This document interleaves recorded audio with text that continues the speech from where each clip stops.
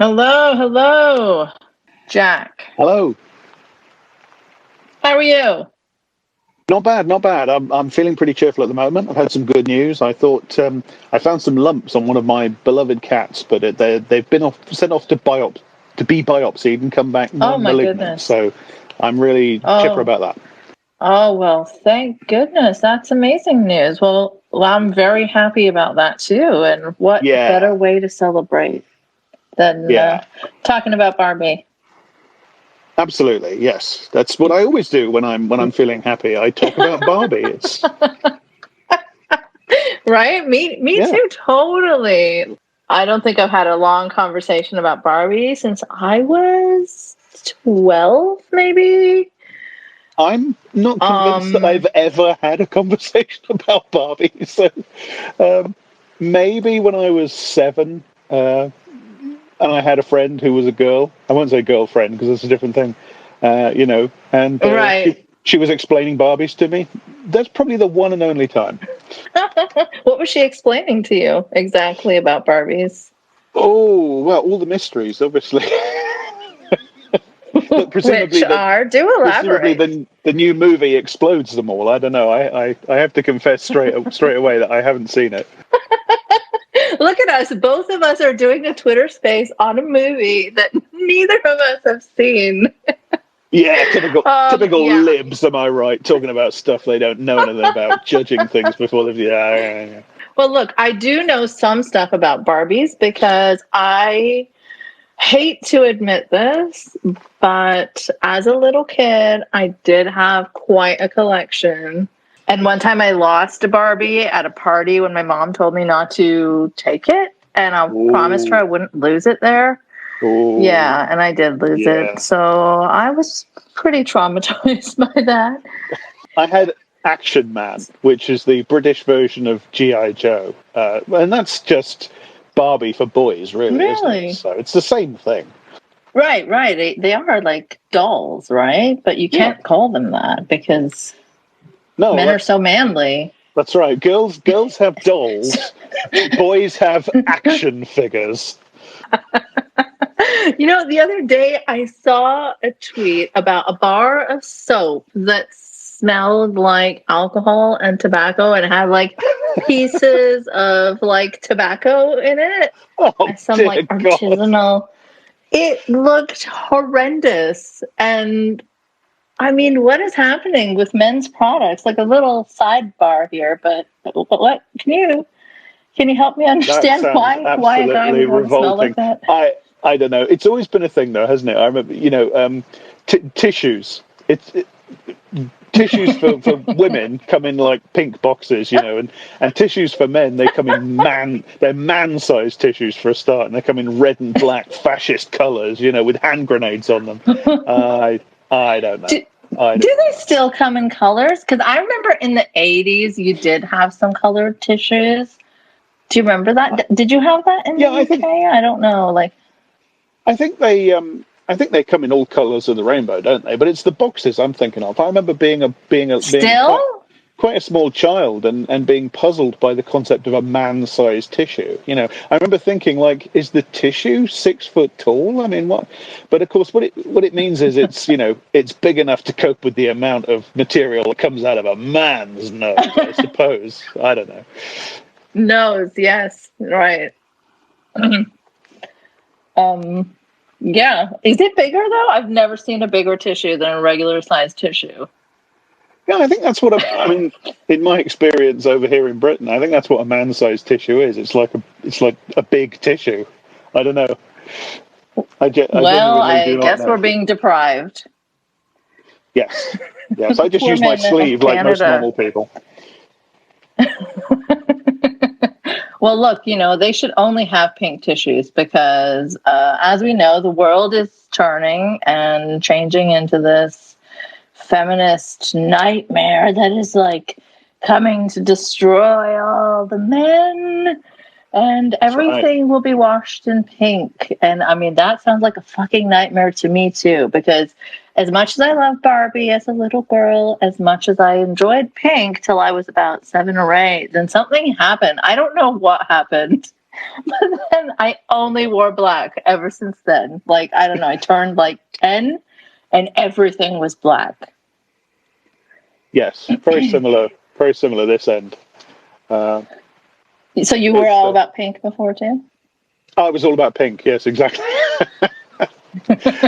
I used to at least allow some colour into my life, but you get to any sort of age, and no, everything must be black, and I still do mainly wear black. I have to confess, I'm still essentially a very goth student in my aesthetic sensibilities. Excellent. This is why we're friends, because I can't talk to people who don't wear mostly black. That's right. There's only two ways you can dress, either mostly pink or mostly black. And that's why Barbie is acceptable. Those are the two genders. The two genders, mostly pink and mostly black. Yeah. Now, speaking of that sort of gendered marketing stuff, we're of course speaking to you now, not in a Twitter space, listeners, but in an X space. Yeah. Apparently we don't. There's going to be. We don't tweet no anymore. Porn here, people. We Xeet or Zeet or something. I don't know, with an X. But it really is like this stupid ridiculous. New logo, this stupid new X logo, white on black. It does look like somebody pointed this out. I can't remember who said this in a tweet, but it really does look like sort of pathetic macho underarm deodorant logo or something like that. It really does. Yeah. And someone said like man wipes or something. I think they compared it to that's what brought it to mind, I think. Yeah. Somebody called it incel marketing or incel branding. Right. Incel design, I believe it was. Yeah. And as much as graphic design is my passion, I have to say that incel design is not my passion at all. It's not what you want, really, is it? I mean, I'm not carrying any particular torch for pre-Elon Twitter, don't get me wrong, but it's just so stupid. You have a universally recognized brand. You know, I mean, it's just common currency in politics now. You watch political journalism on the TV, and they're talking about tweets, and everybody knows what a tweet is, and everybody knows what that little bird logo means, and that particular shade of blue is now brand associated. People, they achieved what everybody wants. Universal recognition of particular shapes and particular colors, universal use of words associated with your brand in mainstream conversation.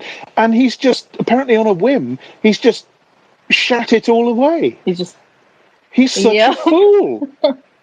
I read a phrase that someone called it like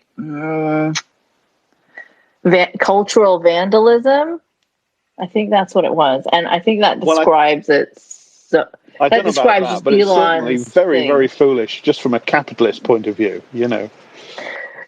But even beyond just the branding, lecture anybody on how to do capitalism properly, but it is very foolish from the capitalist point of view, and the branding and marketing and all of that. He's thrown it all away, what people aspire to for their brands.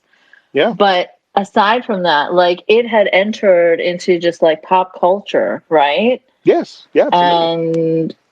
And that's where the cultural vandalism comes in, is that Twitter was like, as much as we hate it, as much as it's a hell site, it was like somewhat of a place where we found a community, or where we found like different kinds of communities, and came across lots of interesting people, Nazis too, but like people that we also liked. And he's just like shitting all over everything because I don't know, it feels like he was so mad that like the leftists got to have a voice here, and he just wanted to destroy it.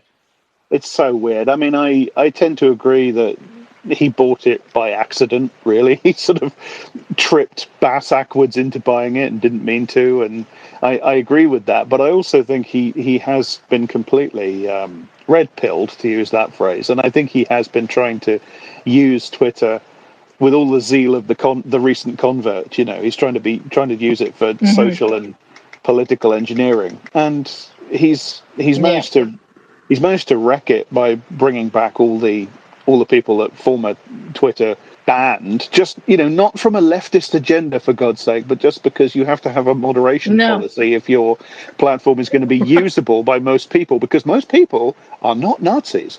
But he's brought them all back, and it's just so stupid. It's just so incredibly stupid.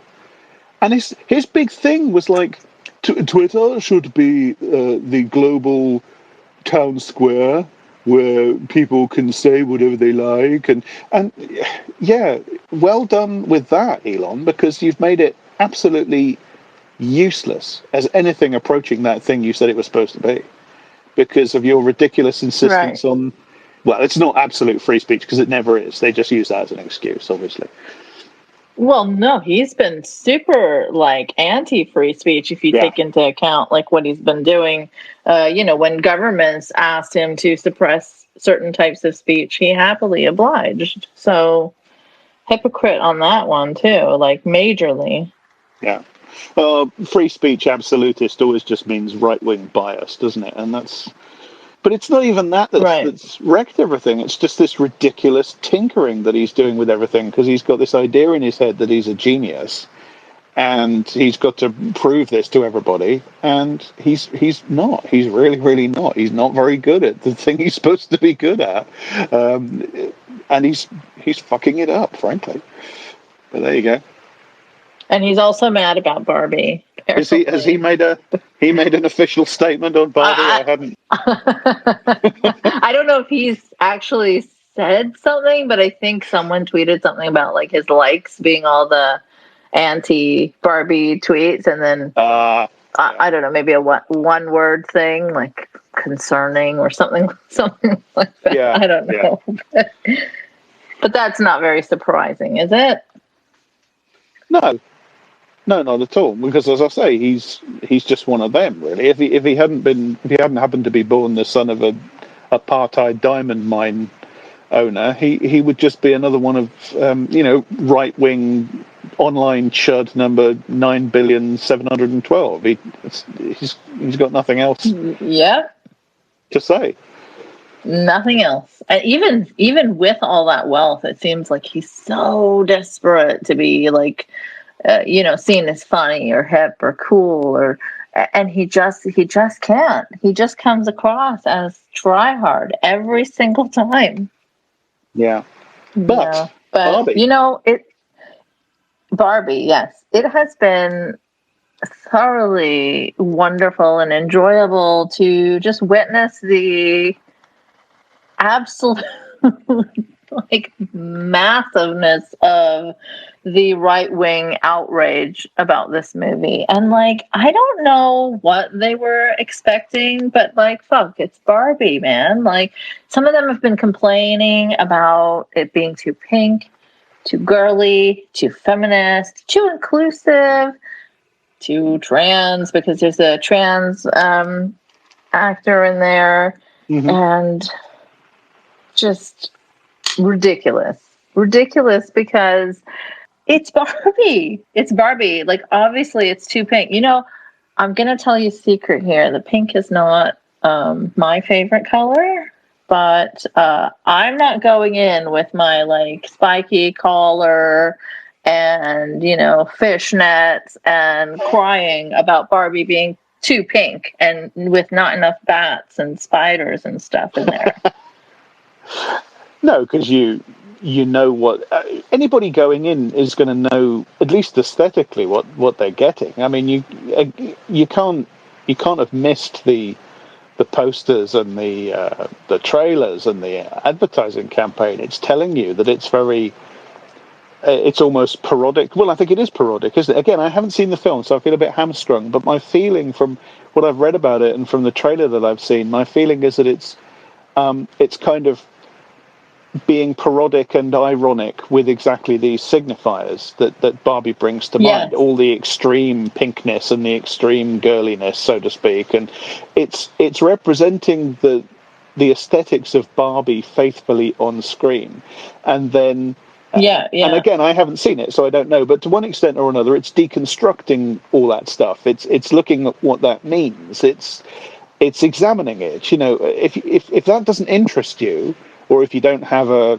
8-year-old to take to it, then just don't go. But it's not really that they're. Yeah. It's not really that they're offended. Yeah, Ben Shapiro. Yeah. It's not really that they're offended. It's Ben that it's Shapiro another. With his little Ben his clipboard and shit. Yeah. Well, angry photo. He even took a photo with his clipboard, next to a Barbie poster. I'm so mad that I had to be here. It's dude, nobody is forcing you, though. Here I am. You can see you're doing this all too. I have a clipboard. I'm going in to take notes for you. Yeah. His alibi. Oh, I love British Ben Shapiro. It just sounds like my Ben Shapiro just sounds like a Dalek. It just sounds like But yeah, his alibi for having gone to see it at all is that his producers dragged him. He didn't want to, but his producers dragged him in to see it. Yeah, sure, Ben. Okay, fine. We all believe that. Yeah. We all believe that. Yeah. It's not at all that you saw an opportunity to make some content that would be easy red meat to throw to your audience. No. Just feeding that outrage machine constantly while complaining about how the snowflakes of the left are so easily outraged at everything or looking for things to be outraged about. But really, who is even buying that anymore? How many of these children's things have we seen them get mad about recently? I think I saw a video about Ben Shapiro getting mad at Blue's Clues because he saw, a 5-year-old episode about some, I don't know, pride, inclusivity, celebration or something, but very kid appropriate. But he found this 5-year-old episode angry about that. I think there was Dr. Seuss not too long ago. There was Roald Dahl. There was what else? Mr. Potato Head. The Little Mermaid. How can we forget? Because he, yeah. The Little Mermaid. Now also, yes, she wasn't fuckable enough. And let's see, Snow White. Snow White is not white enough, apparently. Yeah. That's the new one, isn't it? Yeah. Because sorry, this is incredible. White in Snow White does not refer to her ethnicity according to 19th century race science. Okay, it doesn't denote Northern European heritage. That's not what it's about. Hello. And also, it's a fairy tale. It's fictional. No, I've broken X. I've broken the app. Hello? Can you not hear everyone? Hang on a second. Okay. Okay. Good job, Twitter. All right. While we're waiting for Jack to, I don't know, connect again. Jack, if you want to disconnect and connect again, maybe sometimes that helps. We can hear from the person who has their hand up, DS. And if anyone else wants to participate, just send a request to speak, and if I recognize you from Twitter or I feel like taking a risk, then I will approve you. Yeah, I'd like to speak about the Barbie. This was the last vestige of American manhood, my Barbies. and you woke bastards just came in and destroyed. You destroyed my entire... with all this girly stuff. I'm sick. Are you doing a voice? Because that's really good. Yeah, I am. Thank goodness, because This was our last safe space. This was our last haven. Barbie was. There was someone tweeted something about just found out Barbie is not, it's not masculine enough or something, and the meme where there's a hole punched in the wall. It was so good. You can just picture a bunch of really angry men just punching holes in the wall because Barbie wasn't masculine enough. I went to the Barbie movie. It's all this pink crap. Bullshit. They ruined it. Good. That was good. Wonderful. Thank you. All right. Kareem, hello. Hello. Can you hear me? Hello. Are you going to complain about Barbie being not masculine enough? I mean, of course, Barbie is like the beacon of manliness, or always has been. Like when you told earlier that like people were mad that the movie's too pink. Like I'm saying, like have you seen like Barbie toys? Like in the Right. shelves, they're like aggressively pink. Since I can remember it, it's Right, like right. going into a Aggressively Saw pink. movie and saying it's too violent. Like what did you expect? Like, but Yeah. but I have to say I haven't seen it. Right now like like the others, but of course I saw that it says like apparently some feminist messaging in it, that patriarchy and matriarchy are a thing in this movie. And the other thing I've seen is that it's a huge success. Like like Yeah. just today on the Guardian, 377 million on the box office, which is huge.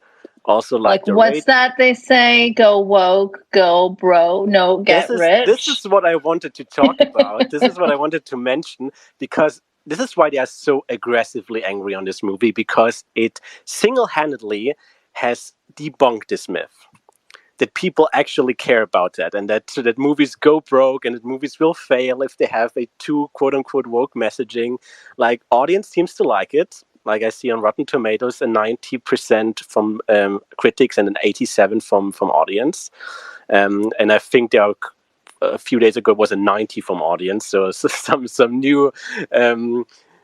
new opinions have probably came from the Daily Wire or something like that. But yeah, the movie is a success. Simple fact, like it or not.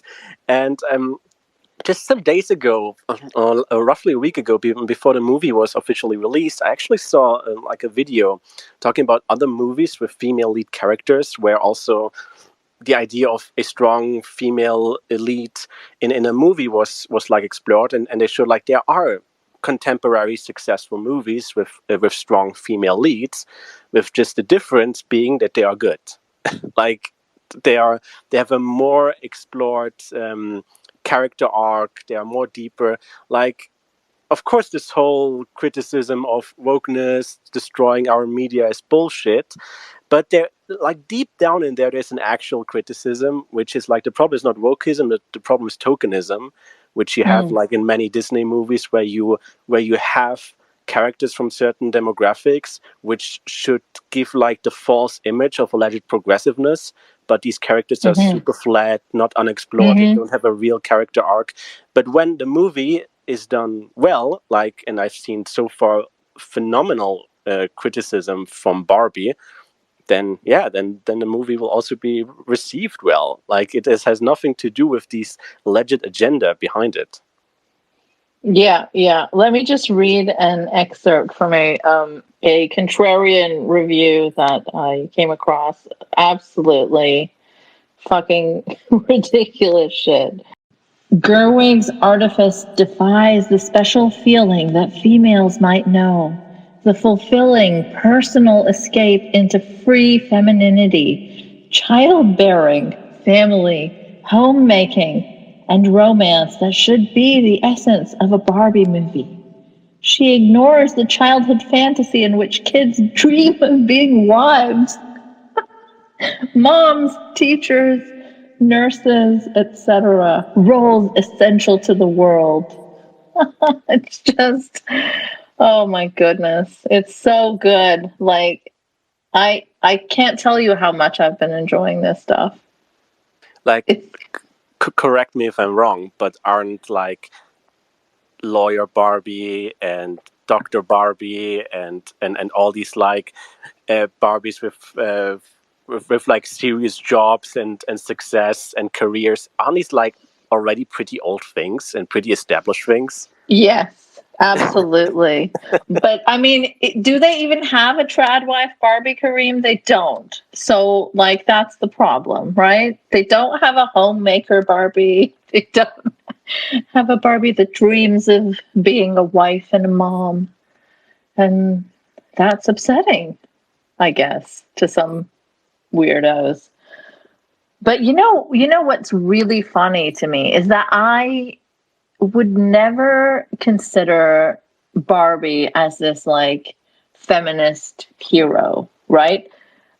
I think the question could still be asked, is Barbie actually woke or is she anti-woke? Because she's quite stereotypical.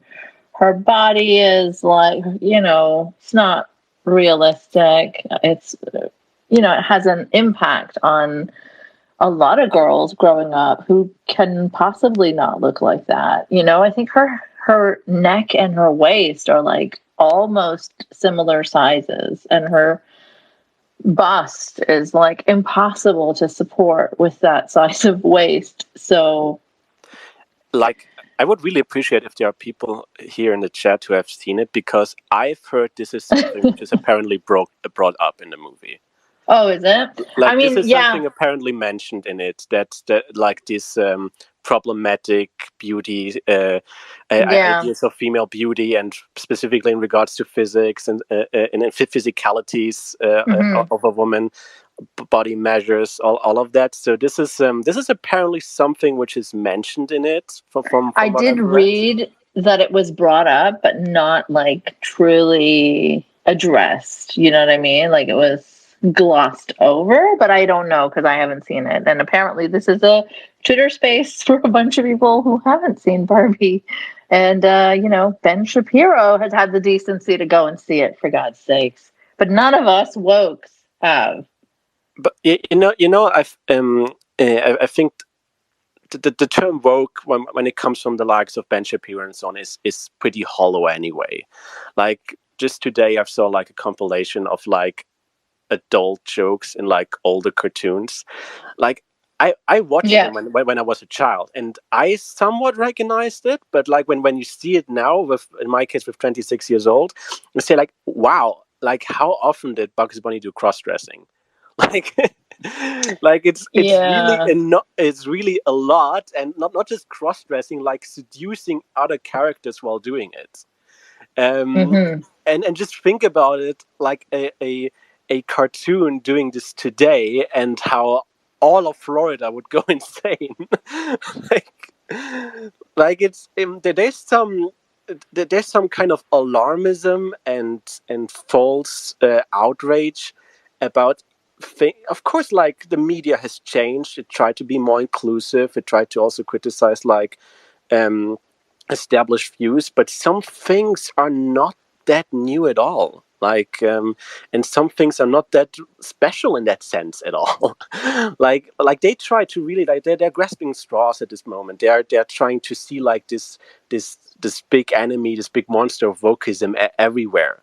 Like, there's a huge paranoia about this alleged cultural Marxist threat of wokeism, which isn't probably that big of a deal as they pretend it is. It's not. I mean, I can assure you it's not.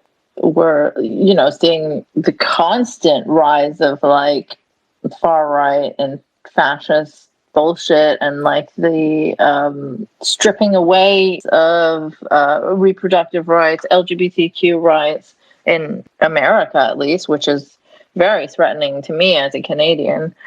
And I'm sure it inspires other fascists around the world as well. So wokeism is not really at the top of my mind as a massive threat. What I meant by that, like, of course, it's not an actual threat or something dangerous. So, like, even if we claim like what they see is real, it wouldn't be a bad thing, because I don't consider progressiveness a bad thing. But like they are exaggerating something in a sense, like, like when like Republicans talk about Joe Biden, and you're saying like, I wish he was half what they pretend he is. Like, it's not it's not such a even I would wish it would there would be just as much progressiveness in contemporary media as people like Ben Shapiro pretend they are. Right, I know. They make everything sound so wonderful. That was my concern. Like, I'm going to go see Barbie, and it's going to disappoint me with like how it's not exactly as wildly feminist as they're claiming it is. Actually, they're claiming it's like man-hating and whatever. I think they touch on the topic, maybe indirectly, about incels or something. And that seems to have touched a nerve with a bunch of people who think that Ken is being subjugated and oppressed by Barbie. DS, what's up? I haven't seen Barbie yet, but this Nazi guy was replying to me, and he said, "I'm a Kenist," and I guess that's like some kind of inside joke for the Nazis online. Is they say I'm a Kenist? Okay. Oh, okay. Have you seen this yet? No, it's weird. No, I have not seen Kenist. All right. Hey, Eiynah, how's it going? Good. How are you? I'm pretty good. Big fan. Yeah, I was just going to pick up on that. You know, Barbie is just the latest one we've gone through. Like you and Jack were going through the litany of grievances. Maybe they care more about Barbie. It's like Bud Light. It's something they used to own that was kind of culturally conservative. And yeah, I mean, we've seen this going on for decades. And like the people that we follow in like the rationalist new atheist sphere used to care so much about the big ideas and, you know, here comes jihadism and nuclear war and Steven Pinker's book about the, you know, the trends of everything's getting better and look at the biggest numbers possible. But, you know, all we can talk about now in the discourse is bullshit and these culture war issues that, I mean, we're fighting about nothing over and over again. You know, meanwhile, like the environment is collapsing, all those graphs that people are posting on Twitter and yeah, it's just an endless cycle of nothing. And, you know, all these guys who were meant to be big thinkers talking about the big ideas really don't talk about them at all anymore. And it's just this aggrievement about what the latest thing is that they're offended by. Yeah, it feels almost like a distraction with really ridiculous things. Bud Light, Target, Mr. Potato Head, Green M&M. So we don't actually notice that they're constantly trying to chip away at human rights. But let's see, who put their hand up next? Let's say JD. Yeah, I was just wanting to say that I have not seen Barbie or any of that. I just know that, like, I was reading a book recently about like post World War One, and a lot of the stuff that those proto-fascists like Miklos Horthy were complaining about would fit right in with today's far-right groups. For example, his army in 1919 was ranting about combating international feminism. Who, sorry? Miklos Horthy. He was a far-right dictator of Hungary in the interwar era. Yeah, his army was publishing like propaganda aimed against supposed international feminism in 1919. Yeah, these things are not new. That they just keep repeating themselves, unfortunately, and people keep buying them again and again. Let's see, Vera, hello. Well, hey, Jack figures. Good evening. How's it going? Well, it's the middle of the night here in Europe, but I'm staying up late for you guys. Oh, thank you. I am honored. And I've actually seen Barbie. Oh, wow. We have one person in here. Okay. It was quite fun. It was a lot more fun than Oppenheimer. I'm a Barbenheimer. I've both seen Oppenheimer and Barbie within 2 days of each other, within 1 day of each other. There's a lot of like physical comedy about in the Barbie movie with the way Ryan Gosling. It's the actor of Ken, right? Like the physical comedy of how he just has those massive muscles and just sits on a chair because he just has those and that's just the standard of Barbie universe to have those bulging muscles. Okay. I've read the criticism, and I might agree with it, that Ken has the better storyline than Barbie Oh in yeah. the Barbie movie, because he sort of comes to the realization that the world he's living in is a matriarchy where men are sort of secondary to women. When he and Barbie make it to the real world, as you've seen in the trailers, and also like the main conflict Barbie herself has is that she sort of starts to feel slightly more depressed than the ultra happiness she's used to, Right. then is told to go explore the real world because that's the only possible source of her vague sense of unease. But yeah, it breezes by. It was quite fun. Did they address the I guess body image stuff Oh, well? well, the Barbies, like there's just the main Barbie, and then there are a lot of other Barbies. So there's the there's more body inclusivity than you might at first think of Barbie. Like there are bigger Barbies, and all the Barbies are represented in Barbie worlds that have ever been issued by Mattel. So you've got Dr. Barbie, and you've got woodworker Barbie. All the jobs are done by Barbies, and then there are just some Kens also about who don't Just get some Kens. yeah, it's never. They do come to the realization near the end, the Barbies do, that Barbies all have homes, but Kens don't have Barbie homes. So where do the Kens actually live? Well, we don't know. There's a lot of.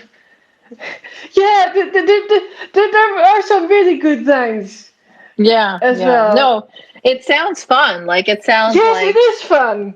yeah. You just, but yeah, it's the closest thing Mattel, and it's grown up. Like it's not a movie for kids. She just straight up says to some road workers at some point that she doesn't have genitals when she Oh yeah. first comes to the real world.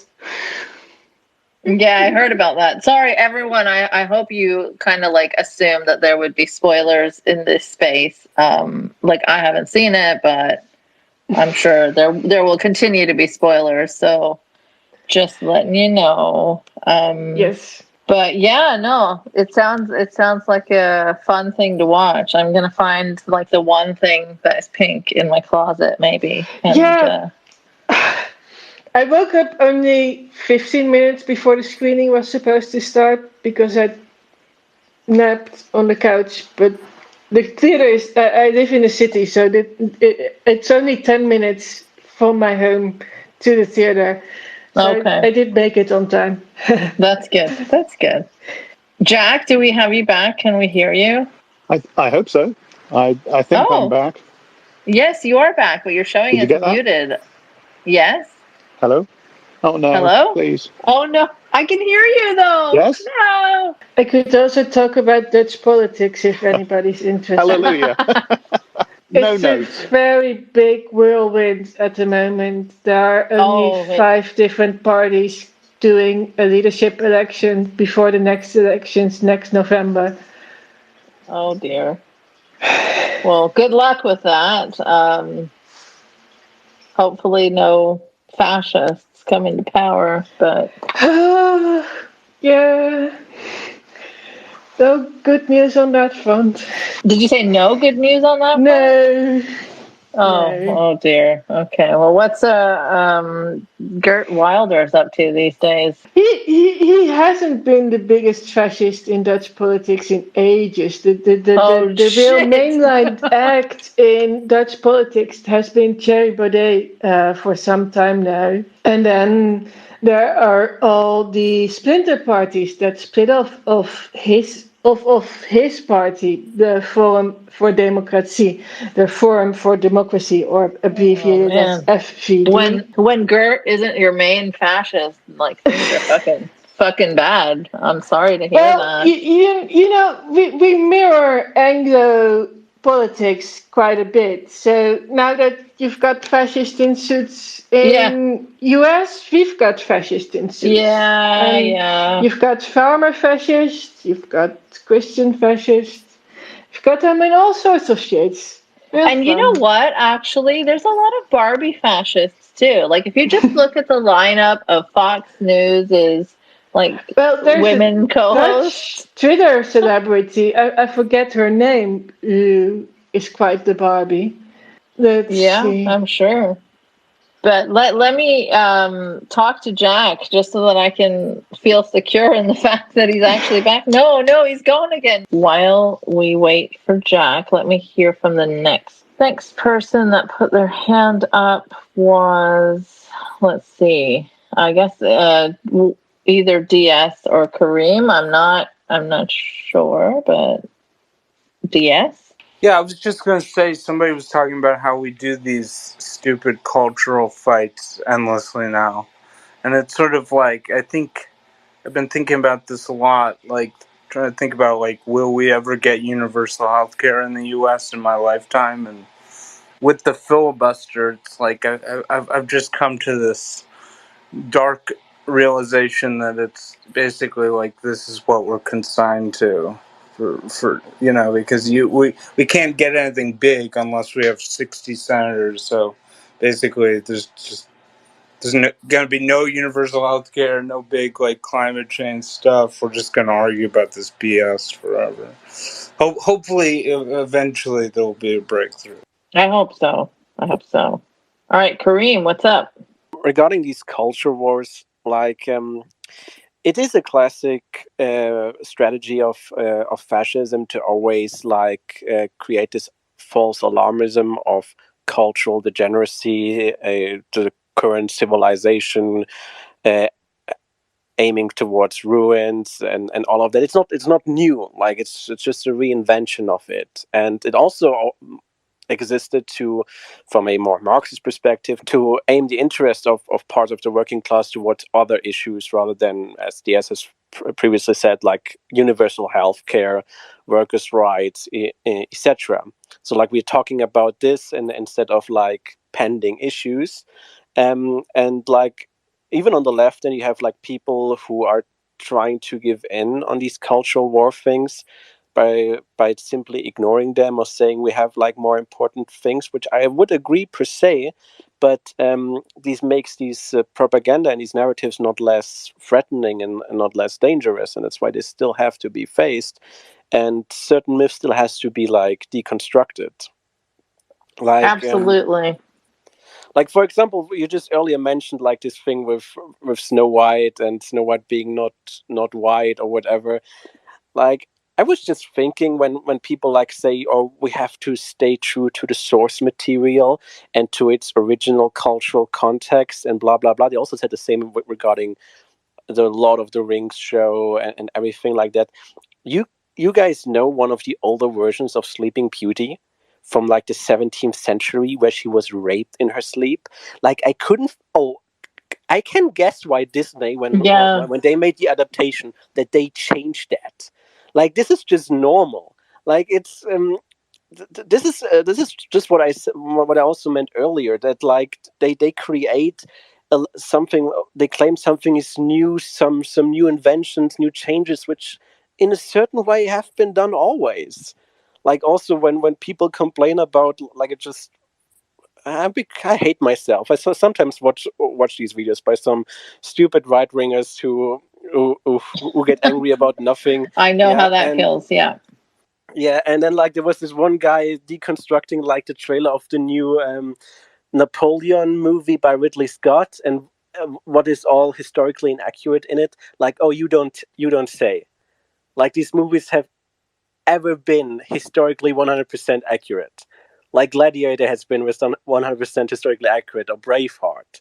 Like even like before filmmaking, when you see like the dramas by Shakespeare, when he adapted certain things based on historic events like Henry V or Macbeth or even Hamlet, like he changed a whole bunch of stuff to make it entertaining. It's not a history lesson, but like this is the world these people are living in, and and also like this ignorance, or this it's a myth, it's a fake world, it's a fake narrative they live in, and because it's not based on anything, it's sometimes hard to debunk. You know what I mean? Because it has no real base, because it's invented. uh, you cannot really debunk it. They want to see reality proving the myth. Right.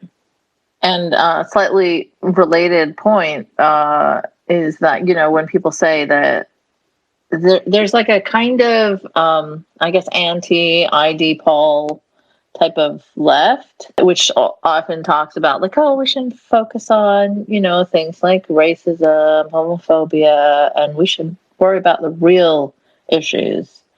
And oh boy, I think Jack was gone again. Is he gone again? Sorry, this is very distracting. What was I saying? Yeah, so the people that say that, these are not important issues and we should work on like, workers' rights or class issues, and we should just like, not worry about culture war stuff because that's just like insignificant. I don't agree with that, because these things are all very connected, and they impact what's happening in the world around us. They impact our politics. Fucking even like bullshit like the green M&M will impact our politics in ways that we'll come to see, like all this fear mongering about wokeness. These are all the bricks that build that up, right? So you have to counter it. You can't just be like, oh, this is just silly stuff, I'm not going to address that. 10 Crady? I don't know how to say Yeah, that. that's just whatever, Yeah, I completely agree. We have to focus on it. We have no choice. That's the only terrain there is to battle on.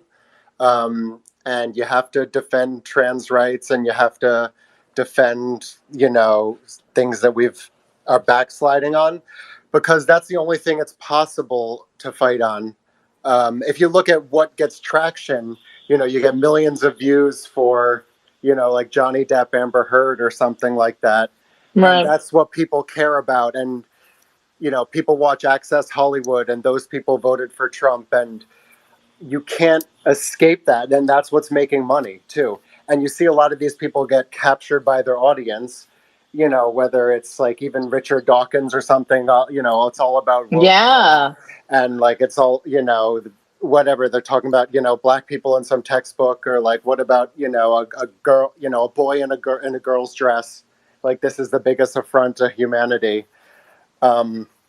So, yeah, I mean, if you're not going to fight it, they're just going to keep pounding it, and they've got unlimited ground to go on, because that's where the money is, and they're going to get all the views, and you can make all the videos you want about climate change or universal health care or some, intricate union thing. I mean, we're talking about the movies. No one is, the right wingers don't care at all about the movie strikes and all the labor action, and, so it's all just bubble gum like Barbie would like, and it's, it's cotton candy, and that's Right. the only thing that people are able to consume. And I would like to see more public media, and, more money to PBS, and, in Canada, at least you have more of that. But, it's not happening. And all we have left is social media. Twitter is getting gutted. Which is, yeah. So I don't know. I mean, it's not hopeful. But, you have to get in the algorithm. You have to try to do something, because, we're gonna be stuck spinning our wheels in this mud for a very long time, like we have been for decades. Unfortunately, yeah. I mean, you make a little progress, and they pull you right back, and it just seems bleak right now. Particularly, I remember periods where I was thinking, "Oh yeah, things are on the right track. We're only gonna progress from here." So, but now, even basic rights seem to be like sliding backwards, and that's not something I expected. And yeah, it's worrying. Can people hear me? Yes. Hello, I can. Yeah, I've been sorry about that, everybody. I've been fighting technical issues to get back on, but I think I am back. So, for whatever that's worth. Yay! Have you been listening to what we've been talking about, or were you not able to hear or connect? I've heard bits and bobs of it because I've been connecting, disconnected. Yeah. I've been in and out, so I have heard a fair bit of it. Yeah, but I've also missed a lot. Mm.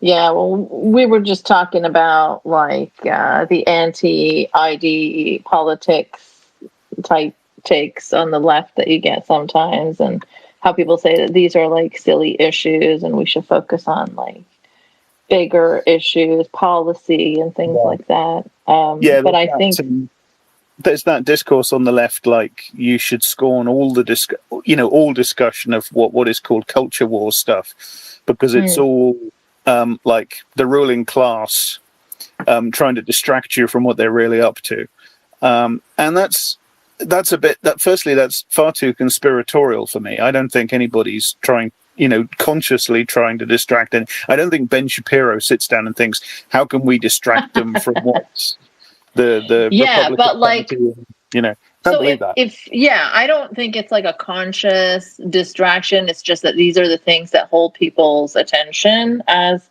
Tancredi was saying just a little bit before. It's like the junk food of politics, but that's what gets consumed a lot. But it does feel like a distraction from the bigger issues, It is a distraction. I just don't think it's a conscious distraction. Right. Yeah. It's also not quite right to call it a distraction because, you wouldn't, certainly not with, I hope, with the benefit of hindsight, we wouldn't want to call the degenerate art exhibition in Nazi Germany a distraction from the real issue, which was like the Nazis' restructuring of the economy and stuff like that. It was absolutely a cultural issue. It was absolutely culture war, as we would call it now, but it wasn't a distraction from the real issue. Yeah. It was that's a really good point, actually. I didn't think about it like that before, but absolutely. Until we can zoom out from all this and see the bigger picture, we won't really know what the main issues are. So something could be, pivotal or... I think we have a pretty good idea. I think we know what they're doing. They're talking themselves, the right in general, they're talking themselves into a homicidal, if not a genocidal state of mind with regards to certain groups, immigrants and trans people and queer people more generally. They are getting, blatantly now, Yeah. God forbid they get the opportunity to put any of this into practice, as the Germans did during World War II, the Nazis during World War II. But if the opportunity comes, they will have talked their society up to the point where it's. If we let them, they will have talked their society to the point where it's ready psychologically as well as politically, etc., to commit exterminations potentially. And I think we need to be aware of. Is this one of the problems? We have to be aware of so many bloody things at once. But we do have to remember that the culture war issues, I think, are not just. They're not. The assault on Barbie as woke and feminist, etc., is also an assault upon feminism, and it's an assault upon women. This is their agenda. Putting women and queer people and everybody back in their place, so to speak, by force if necessary. That is their agenda, and the culture war is one way of doing that, or one of their to get towards doing that. So it's not just a distraction. I think that kind of that you get that kind of talk a lot, very glibly, from like the Young Turks, Jacobin edge of the left, and I find it very glib personally. Ben Shapiro's video, right? If you look at all there's this whole cottage industry. The right is now basically right-wing online media. To me, is like consumer journalism now, and it's selling attention. It's attention on itself, clicks and eyes and stuff like that to its audience, and it's doing it via doing basically media consumer journalism, but with a right-wing ideological perspective. And then you have like the whole ecosystem, because then you have a whole load of liberal or progressive people who then respond to that. So you have Ben Shapiro does his stupid video about Barbie, knowing full well that that's going to generate loads of, quote, outrage, unquote. So you get hundreds of right-wing YouTube videos defending him, and then you get hundreds of left-wing YouTube videos pointing out that, and if you look at loads of the sort of quote-unquote progressive stuff criticizing him, it's pathetic. It's just like, oh, here's a grown man who cares about Barbie, ha ha ha. If you look at his video, I mean, I found it actually quite disturbing, because what he does at the start is he chucks a Barbie and a Ken into like a bonfire bin, and he sets fire to them. And not only that, we get like sound effects. We get like burning flesh sound effects and screaming. They're like screaming in agony. And he's also supposedly in the same video, he's also reviewing Oppenheimer. And the whole bit is, well, I'm going to review Barbie in an Oppenheimer sort of way. So what he's doing there is he's kind of making this great big joke about, the atomic bomb, Hiroshima, people burning to death in agony. That's an Oppenheimer review now. And that strikes me as extremely disturbing. That's like normalizing. Loads of people will say in response to this, oh, well, Ben's not actually saying we should. Ben has said we should burn people alive. He said that many, many times. He supported the war on terror. He supports Israel's rampages in Gaza. He said when he was a very young man, he first started out in this, Palestinians just live in filth. Right. Yeah. I remember that tweet. He has consistently been in support of exactly that, bombing people and therefore burning them alive. So this thing that everybody's sort of mocking, like, oh, he's silly, isn't he? It's actually pretty bloody sinister. As I say, they're gearing themselves up for violence.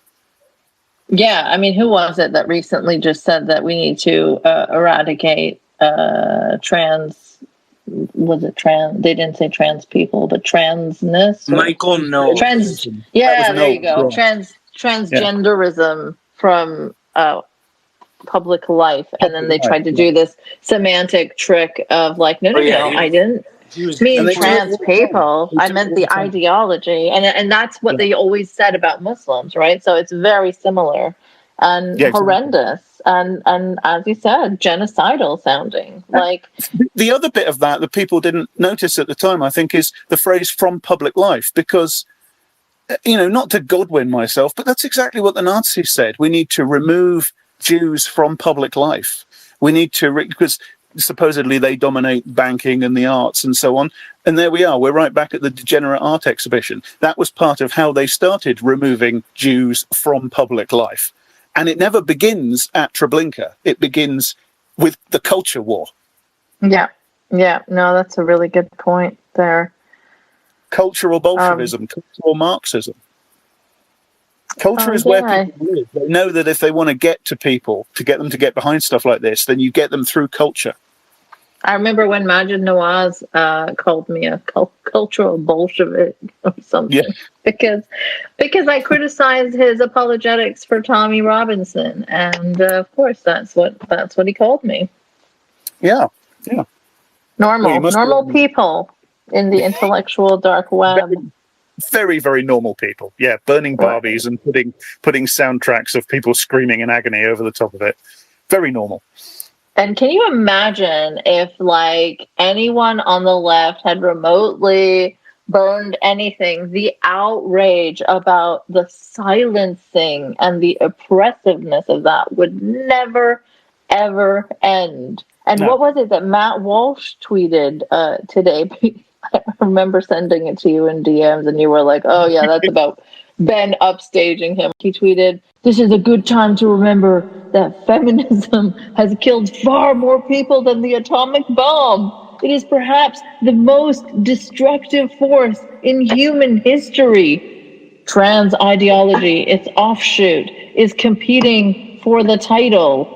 And it's like, it's so ridiculous, because sometimes they say that trans people are like, attacking women and coming for feminists and taking people backwards with like gender stereotypes and just like bullshit, right?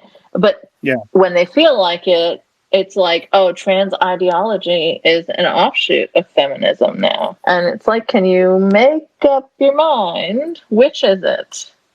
Well, they love to appropriate Orwell, but it just makes me think all the time. Yeah, people who've actually read the book will remember the scene where the guy is making a speech about how dreadful Eurasia is, the evil hordes of Eurasia, and how we have to destroy them. And then in the middle of the speech, somebody comes up to him and hands him a note, and without pausing for a second, he starts talking about the evil hordes of East Asia and how we need to do it because, you know, the enemy in the war has just switched over. And, like nothing has ever happened, he just switches over to talking about a different country that they have to destroy. And everybody in the crowd just goes, oh, these signs are wrong. We need to get rid of these signs. And nobody acknowledges that a change has been made. And that's what they do all the time. You know, it's you have to hate trans people because they're anti-women, and then you have to hate them because they're feminist. Right. And no attention is paid to the contradiction. Yep. The wokes are too mean, or they're too weak and sniveling snowflakes. It's like, can't be both. Because they don't really have politics. What they have is enemies. And you make any political or aesthetic or rhetorical argument you need to make at any given time in order to attack the enemy by any means necessary. That's it. Right. All right. Let's hear from some people. I think See You Later had their hand up first. Then it was Dave. Then Tavish. And then Kareem. And then JD. Hello. Can you hear me? Yes. Oh, great. So a lot of what I was going to say has already been said now, but I wanted to add that back to the question of like, is this something that is like a distraction or like a deliberate distraction? I feel like a lot of what maybe might be a difference between like left versus right politics is kind of the attitude towards culture's position to, like in regards to politics, because a lot of like what I hear or see from like right-wing pundits is like this idea that culture shapes politics, while a lot of left-wing criticism is always like trying to, no, we need to prioritize the political, like let's say economic policies or something like that. And that will then inform the culture. And I feel like that might be like a kind of fundamental difference in like attitude towards like how the world works. That is kind of behind the reason why culture war issues can garner so much more attention on the right than they can from a like in like motivating people from the with a right-leaning position to become like politically active. Right. Yeah. All right. Dave? So sorry about the way I sound. I'm on the world's oldest phone because I keep buying studio equipment. Hi, Eiynah. It's been a while. I hope you're well. Hello. Yes, I am. Hope you are too. So as the maybe the token gay guy here, I want the jean jacket. We have to talk about the jean jacket. I've never seen Ben Shapiro wear a jean jacket. I wonder if he was like trying to like blend in or kind of hide in the crowd at the movie theater where he was at because of the choice of the jean jacket. Was he wearing one? I remember him wearing like a black jeans and a black T-shirt. I don't remember a jacket. Yeah, if you go back and look, he was wearing a jean jacket. It was a weird choice. The people in my chat were commenting on it, but that's kind of silly. What I want everybody to think about is what version of this Barbie movie would our intellectual opponents have enjoyed? Like, what would the content of this movie had to have been for Ben Shapiro or Michael Knowles or that weirdo The Quartering or whatever? For those people to have been like, oh, this Barbie movie was great. I really liked the Barbie movie. I just want people to think about that a little bit, and that's it. I'll let the next person go.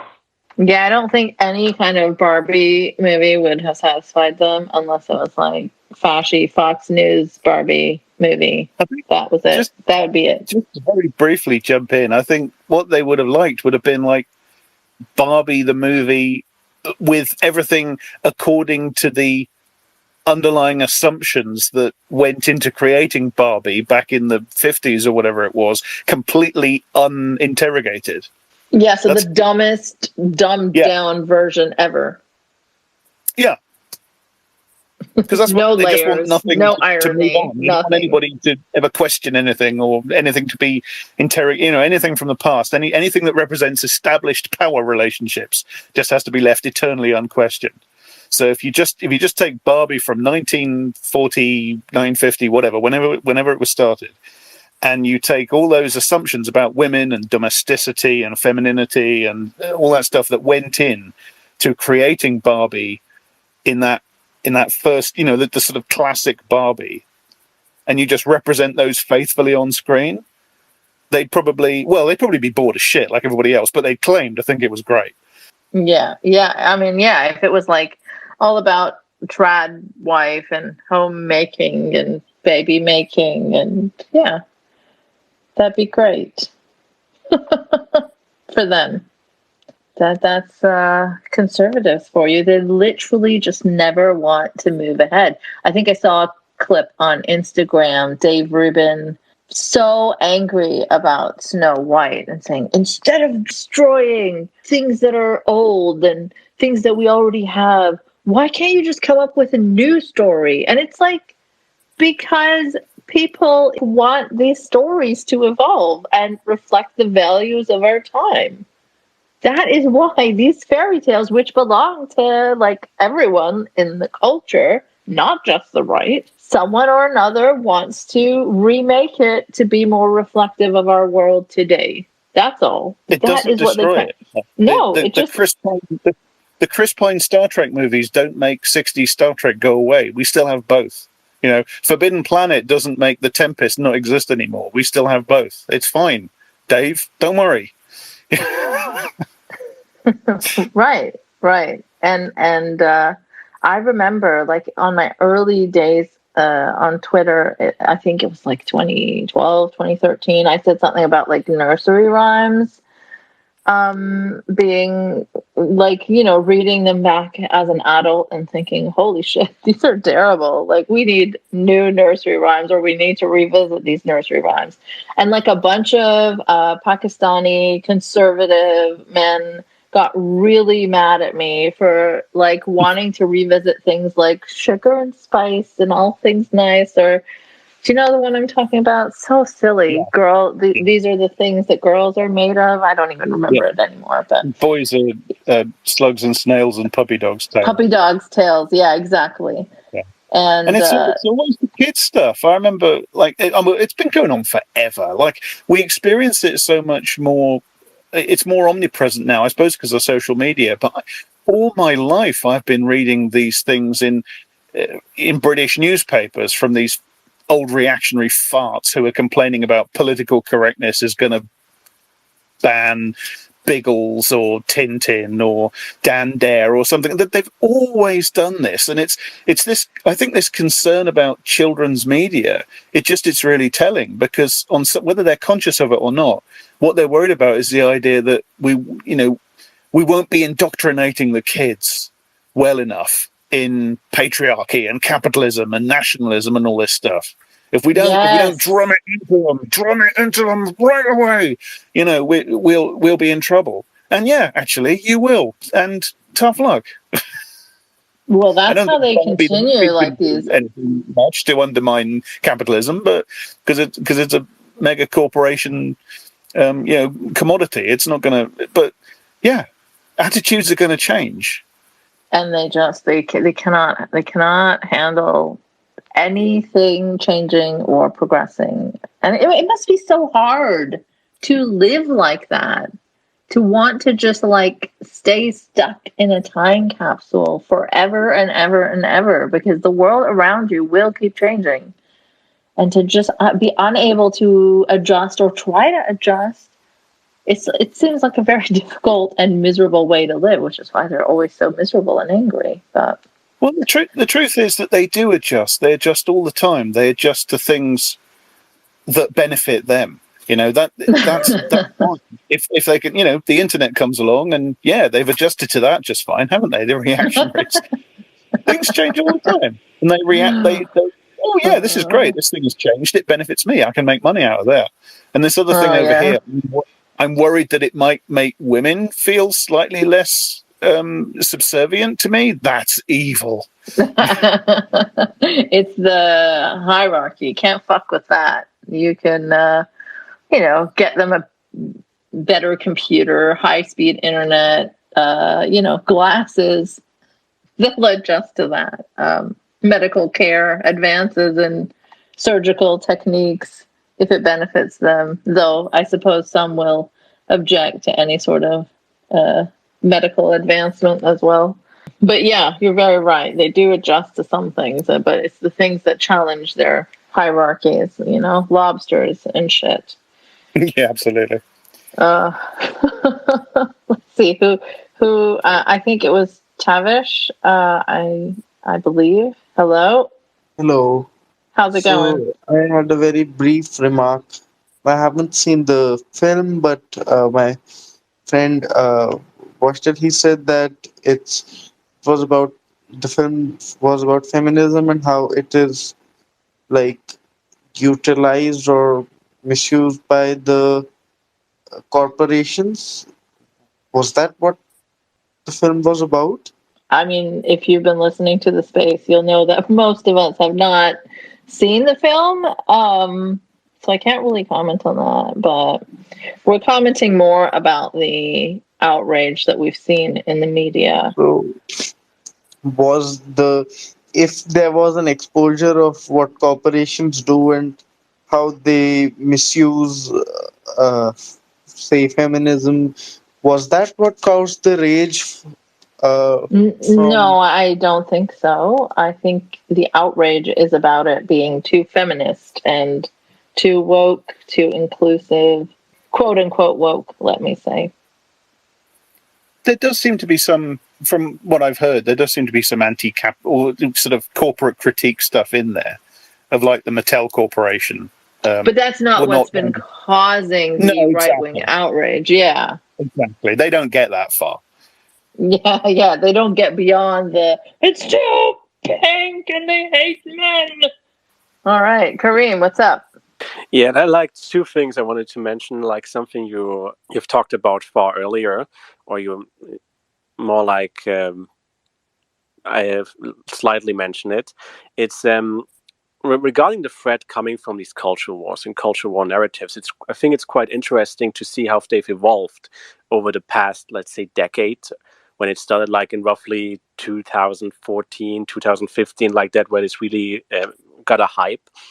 That back then, most of these people, like influencers, journalists, politicians, and so on, they would never claim that it's about, oh, I am against LGBTIQ people, or I'm against black people, or yada, yada, yada. It's only about politics in media. I don't want politics in media.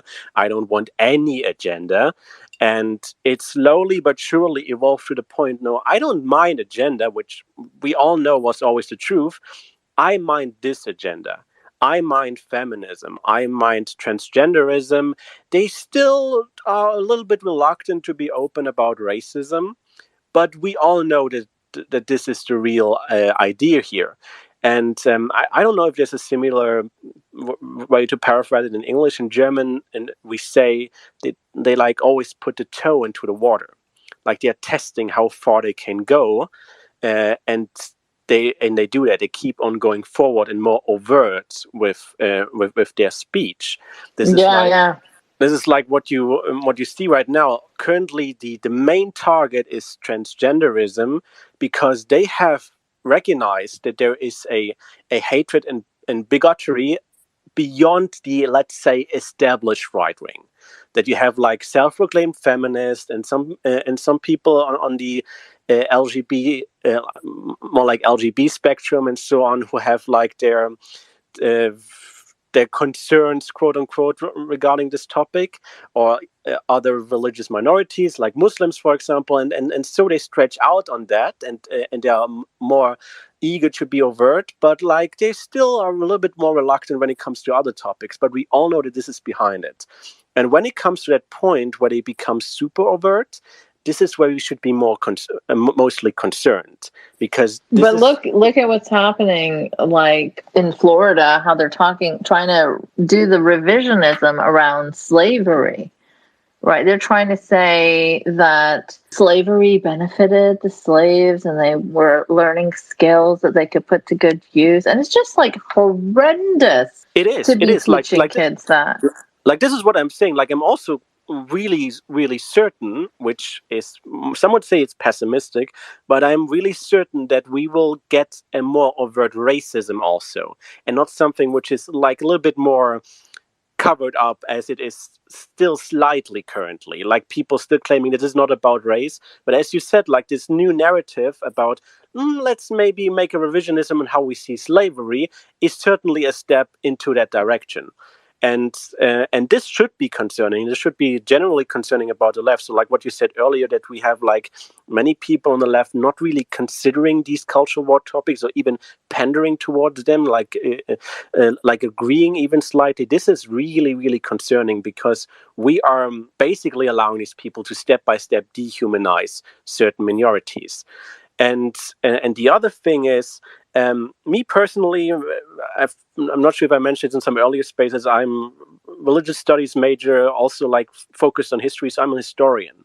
And when people ask me what do I see like as the main idea of an historian, I would say it's the criticism of ideology. Ideologies are based on narratives, and they mostly rely on alleged history for that. So this is why historic education is so enormously important. It's why we can see that the right is trying to purposely censor that, like in Florida. They create a false image of the past to basically as basically the fundament of their ideological myth, and this is usually where, like, as a scholar, from a scholarly perspective, what you need to attack. Like, for example, to go back to the Barbie topic, like, manliness and our manlyhood, and this is the end of masculinity, and like, if you have like a somewhat educated idea of history, you know that the idea of masculinity, even in patriarchy, changed drastically.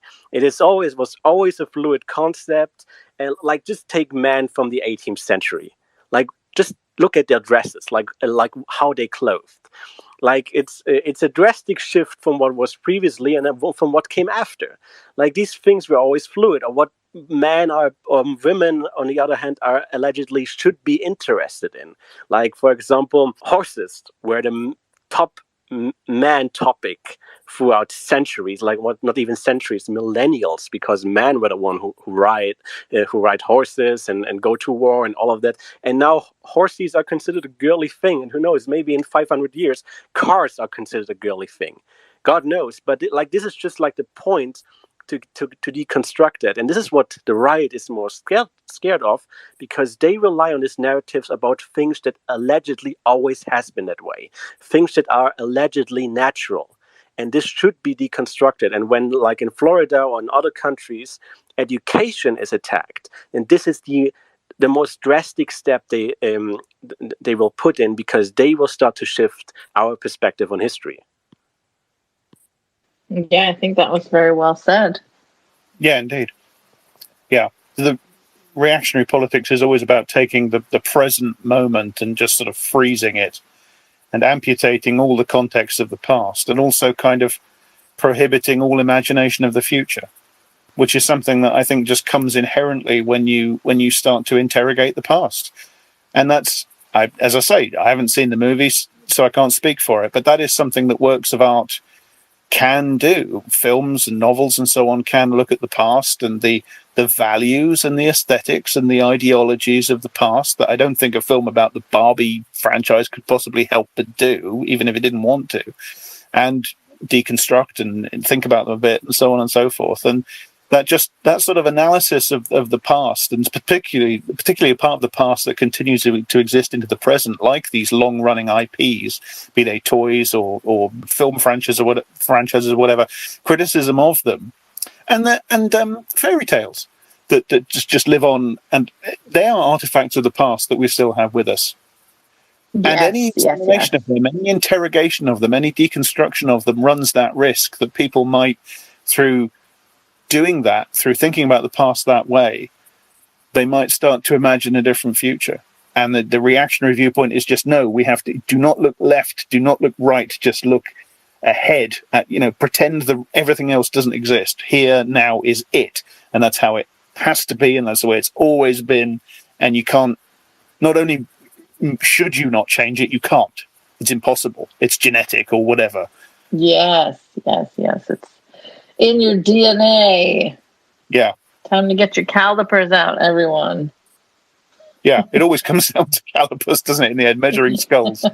Yep. I mean, I wonder if Ben Shapiro went home and measured Barbie's, skull. I don't want to think about what Ben does with Barbie when he's on his own. Yeah. Sorry. Nobody think about that. But there are probably calipers involved. Based on that video, he probably just burns Barbies in fires, and listens to their sweet screams.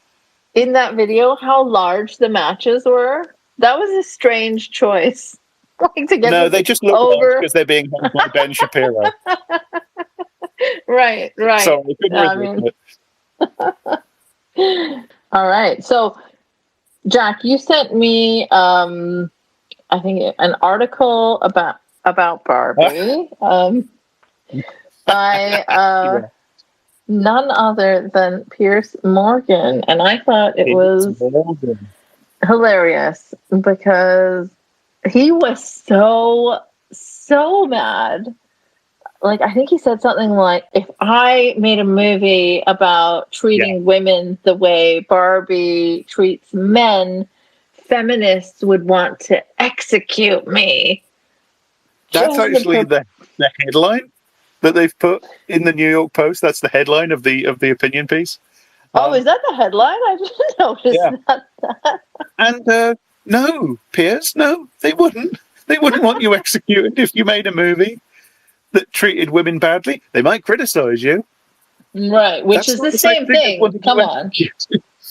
For right-wingers, it is the same thing, right? Just to be mildly criticized by another group is basically like being executed. Meanwhile, they can talk about eradicating Muslims or transgenderism or whatever. And you're too sensitive if you get upset by that. Exactly. And what I like about Piers' article is that he doesn't pretend. Even Ben does this thing where he says, well, politics aside, it's a terrible movie. He actually comes up with loads of riffs on a dog shit burning bin inside of a dog shit mountain or something. He's trying to do that sort of performatively angry YouTube film criticism thing. It's cringy, but Piers just comes out and says it. He starts with, I'll read a bit of it to you. He starts with, what is the patriarchy? I bet most people reading this haven't a clue. Actually, Piers, people reading an article by you in the New York Post, I think you're probably right. Even I don't really understand it, and according to radical feminists, I'm supposed to be the very personification of what it supposedly represents. And then he talks about how it's said in Barbie. I mean, the word is said in a film. Can you imagine? In recent times, the concept of the patriarchy has been hijacked and corrupted by feminazis to suggest that every aspect of life and society is dominated by powerful, privileged males over subjugated, underprivileged females. Men are evil oppressors, women are unimpeachably perfect victims, and anyone who dares challenge this notion is a disgusting misogynist. Yeah, that's exactly what feminists say, Piers. Well done. 10 out of 10. No notes. Aren't you quoting Judith Butler there, actually, Piers? And then, really, the rest of the review is just him saying there's feminist stuff in the film, and from imagine. Yeah, I know, because that's illegitimate. They want freedom of speech, but also some viewpoints just shouldn't be in media. You know? No. Yeah, absolutely. His review of the film makes me want to see it. I'll be honest with you, it wasn't on my list of things to rush out and see, but his review of the film makes it sound like it actually does. I mean, he makes it sound like it's basically the Scum Manifesto, the movie. But reading between the lines of Pier's frothing idiocy and reactionary politics and misogyny, don't forget that one. Reading between the lines, it actually sounds like it is trying. And of course, the director's Greta Gerwig, isn't it? So she's an intelligent director. It is trying to do what I thought it would try to do, which is try to sort of interrogate and deconstruct loads of those aesthetics and assumptions and tropes around women and domesticity and family life and the relationship between the sexes and genders and stuff like that the Barbie IP is just inherently based upon. This is the thing that's invisible in their complaints. Barbie is it, and you mentioned this yourself, Barbie is itself ideology. It itself pushes a view of women and a view of life. And that view is not, I know it's made all sorts of, like loads of brands, it's made all sorts of efforts to be much more inclusive and much more diverse and stuff like that. Lots of brands are doing that now because it's good for business. They've realized that they can sell to more people if they start including people more and different types of people more. It's made all those efforts. And probably people working at Mattel are doing some of it in good faith. I expect that's true. But even so, the whole whatever you call a franchise when it's toys, IP, I suppose, is the term I'm using. It's all based upon those assumptions, and they are patriarchal, and they are reactionary, and they are relics of a previous time. And that's in the lives of millions of children all over the world. And so we have a text here that it sounds, I mean, maybe it'll be a big disappointment when I see it, but it sounds to me like it is actually trying to think about some of these things a bit and interrogate them a bit. And that's just the fury, the rage that causes in people like Piers Morgan. You want to think about things? How dare you? Oh, and he's honest about it, right? And imagine that you're calling like a group of right-wingers like Nazis with such, so freely.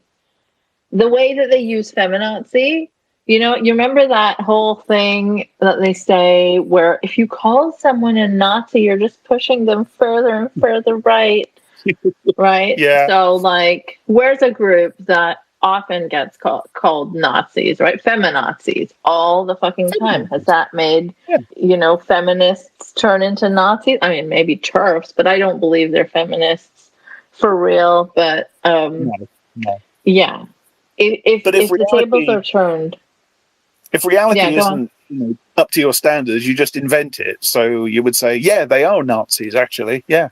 Because they don't accept their place, and they don't know their place. So when you're a privileged person and you get even the slightest bit of pushback, then that starts to feel like oppression. Yeah.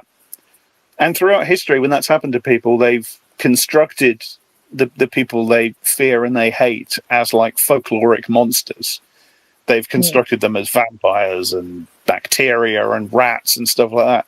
And we live in the era where, thanks to things like Hollywood, the Nazis are kind of folkloric monsters. We have this, the Nazis are constantly being fed to us as villains, both in, actual literal Nazis or Nazi analogues in film after film, whether it's the, sort of cartoon Nazis in Indiana Jones, or it's the Empire in Star Wars and stuff like that.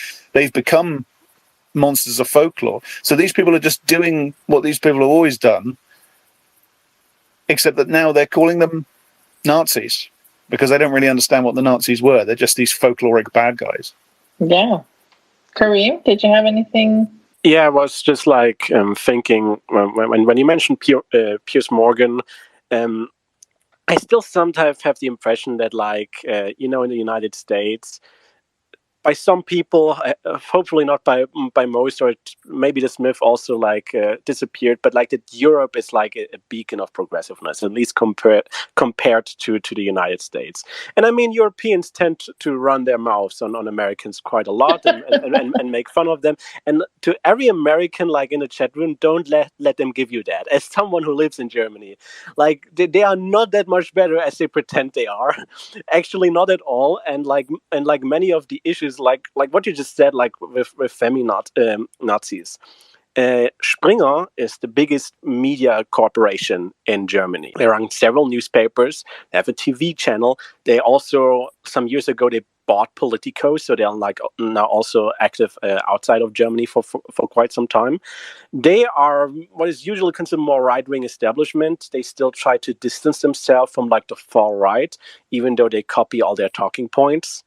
And just like the labels they have created in the past years in Germany, and the like really unhinged hypocrisy from them, like for example, Boko Haram is a label. Right. Like the chief editor of Springer's biggest newspaper, Welt, he has kind of coined that. And then some years later, a German satire show made like fun of these group of certain politicians and specifically Springer journalists. And they have like in this satire show, they have created like an image depicting them of like the RAF, which is like the most infamous leftist terrorist group in Germany.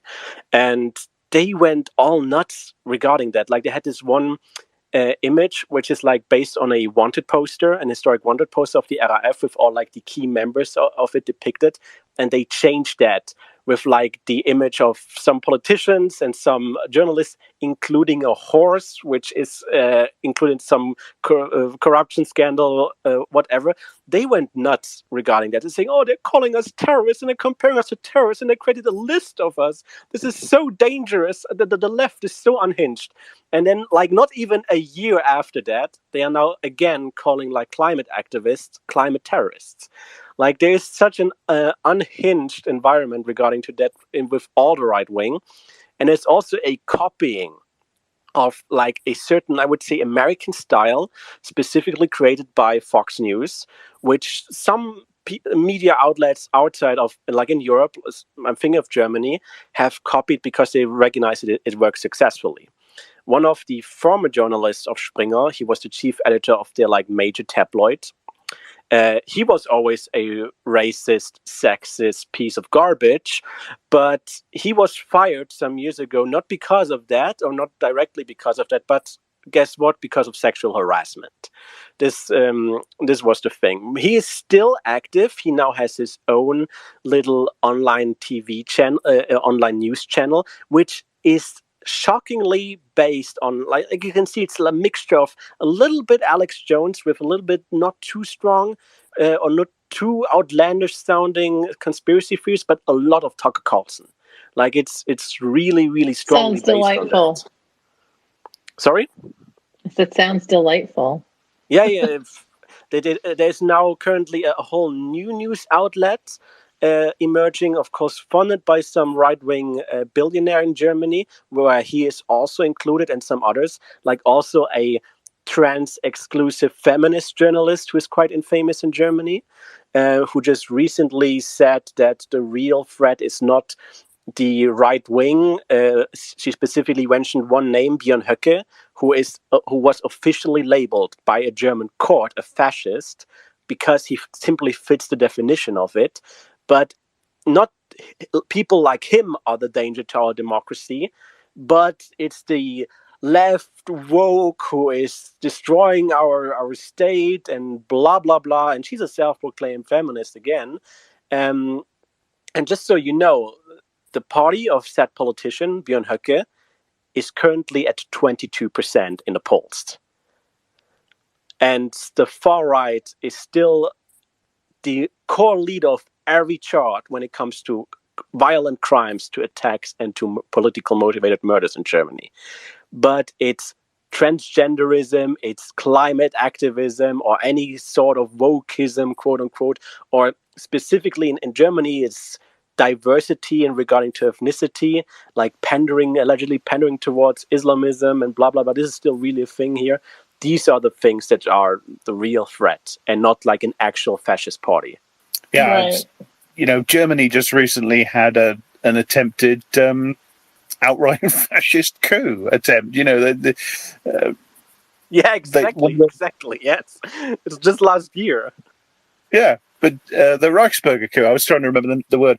But then it's the same in the States, isn't it? They in January 6th, they literally had an outright attempt to overthrow American democracy by in an actual sort of conspiracy of far right groups with the sitting president attempted to overthrow American democracy and install an unelected government. And the extent to which that's just been memory hold again, Orwell memory hold by these people that talk like the big threat to public life and social order is of course teachers with blue hair telling kids that slavery once existed.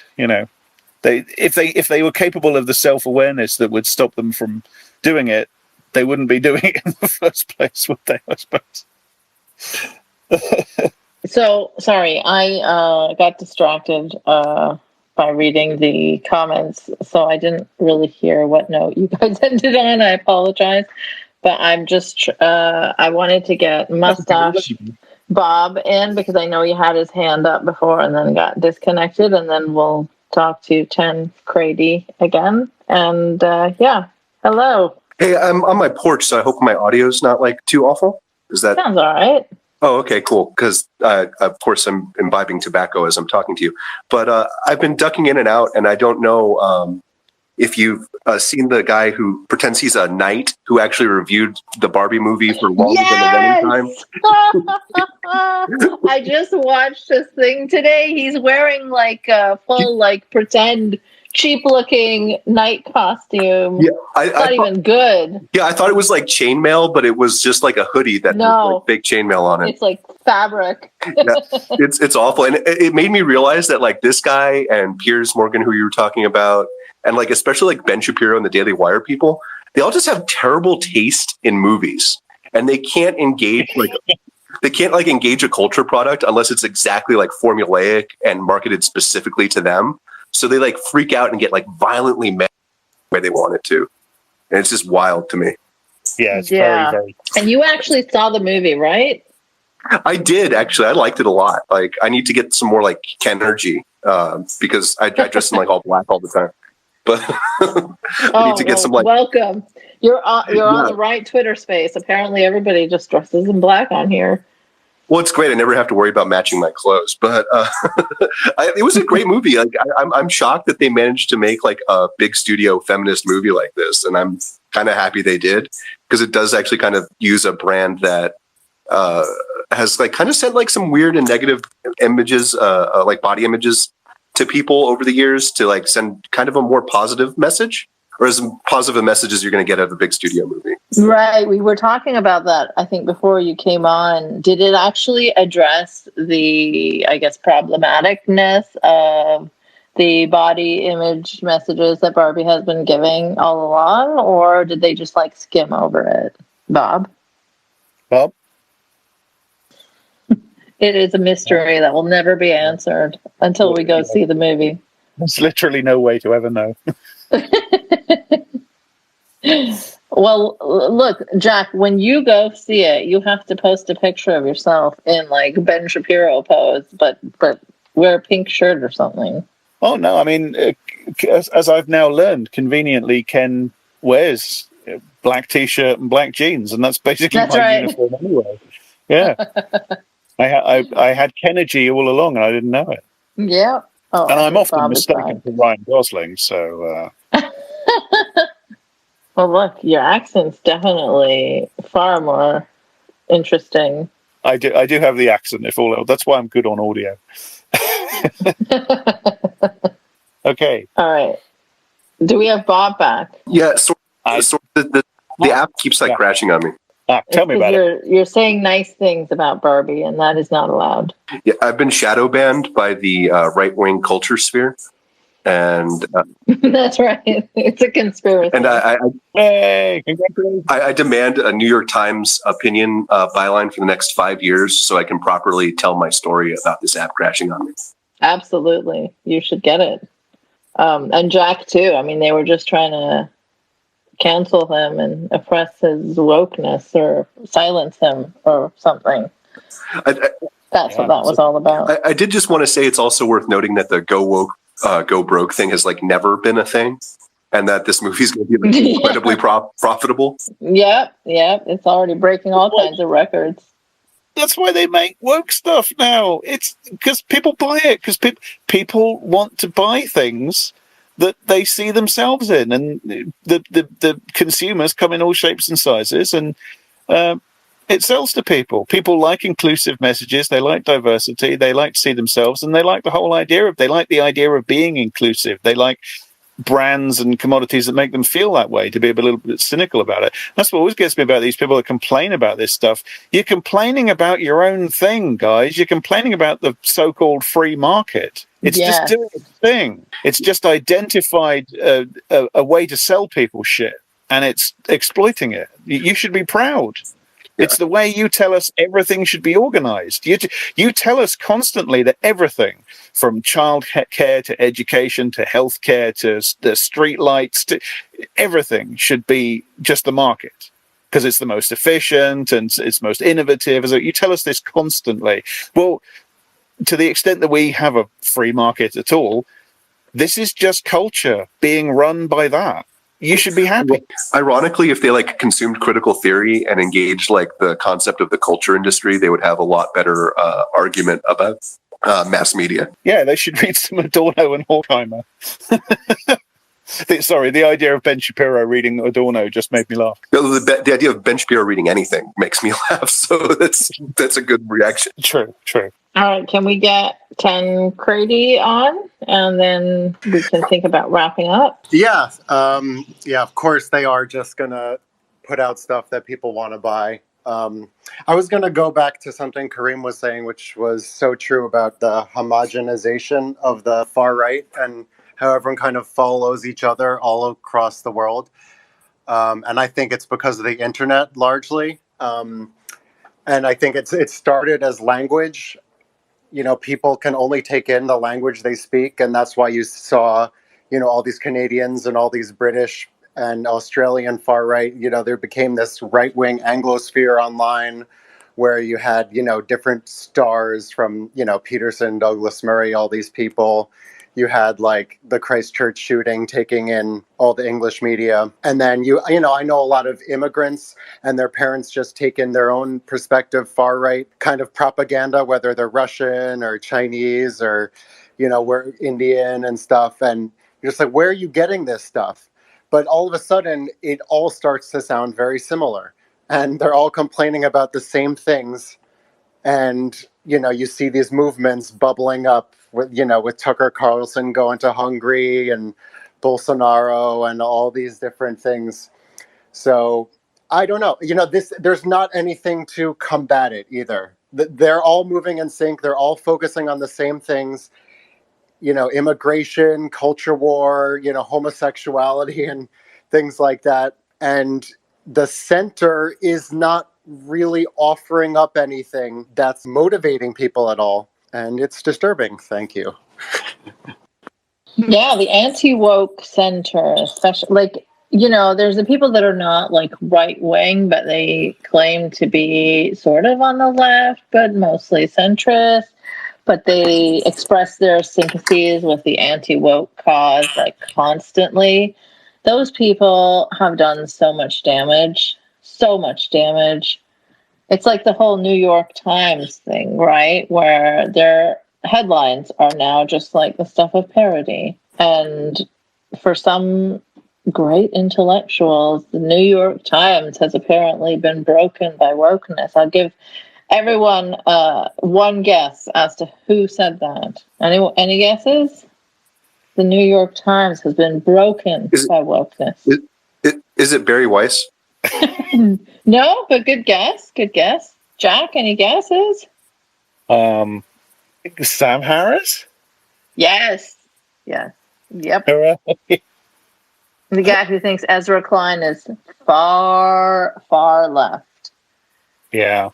You know, I'm actually very surprised I haven't seen a Jordan Peterson meltdown about Barbie. I guess he's still too busy with Elsa, but I haven't seen.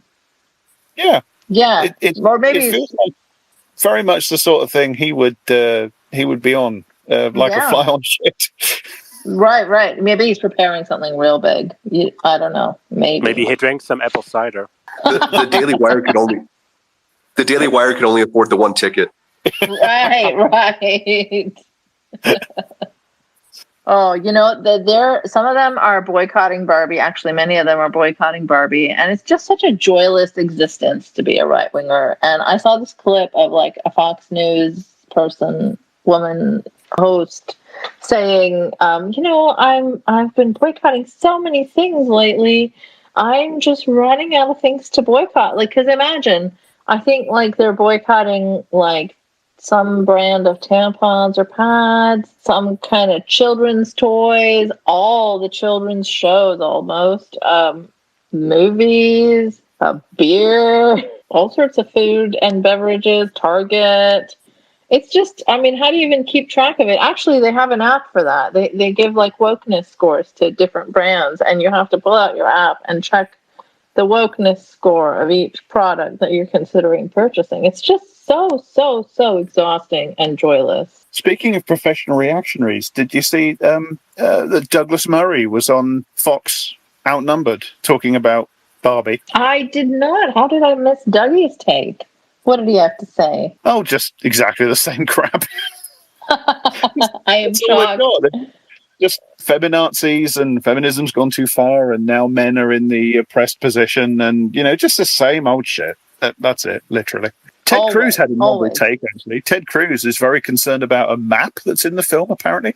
Yeah. Did you see this? There's a map in the film, and it has some dashes on it, which indicate Chinese claims to the South China Seas or something that are disputed by Vietnam. And Ted Cruz thinks this is a big sort of communist conspiracy to try to indoctrinate the 8-year-old girls of America into believing the Chinese Communist Party's claims to fishing rights. I don't fucking know, but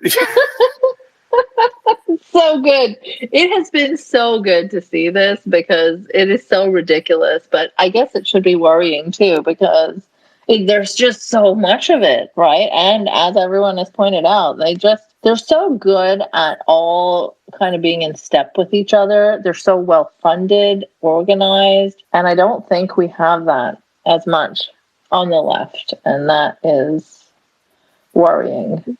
It is difficult, isn't it? Because they are ridiculous. They are objectively ridiculous, but it doesn't make them any less dangerous.